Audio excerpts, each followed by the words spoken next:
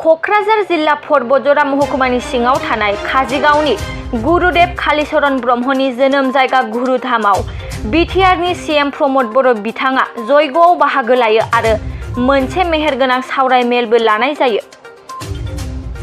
गेवलां मेलखौ सामलायो ब्रह्म धोरोम मिरु आफादनि निरन्जन ब्रह्मआ लोगोसे बिटिआरनि सीएम प्रमद बर' आरो डक्टर अजित बर' बिथांमोननि नुजाथिनायजों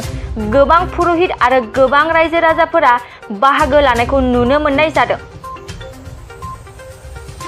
बे गेवलां मेलाव बाहागो लानानै बिटिआरनि सीएम प्रमद बर' बिथाङा खौरांगिरिनि सिगाङाव बुंथियो दि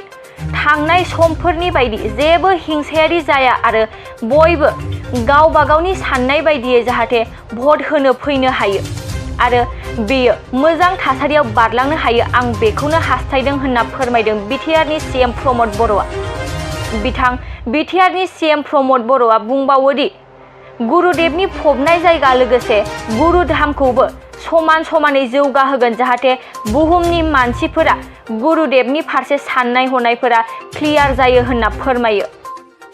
जायगा बतझरायाव गुरुधामाव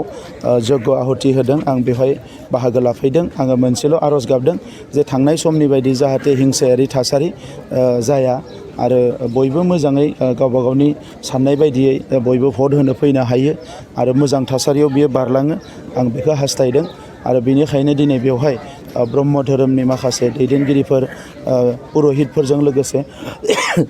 आंबो फैनानै बाहागो लादों आरो गुरुदेवनि खाथियाव आरज गाबदों इसोरनि खाथियाव आरज गाबदों फैबाय थानाय समा जाहाथे मोजाङैनो मोजां बारलाङो।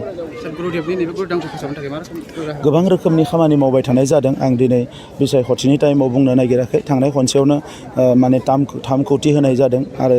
नैबे बोसोरावबो 2 कौटि आरोबाव फैनाय समाव आरोबाव गोबां लादों मानोना गुरुदेवनि बिथांखौ फबनाय जायगा आरो नैबे जि गुरुदेवनि धाम बे मोननैखौबो जोङो समान समान डेभेलप खालामनो नागिरदों जाहाथे मुलुगनि मानसिफ्रा गुरुदेवनि फारसे जि साननाय हनाय बेयो क्लियार जायो।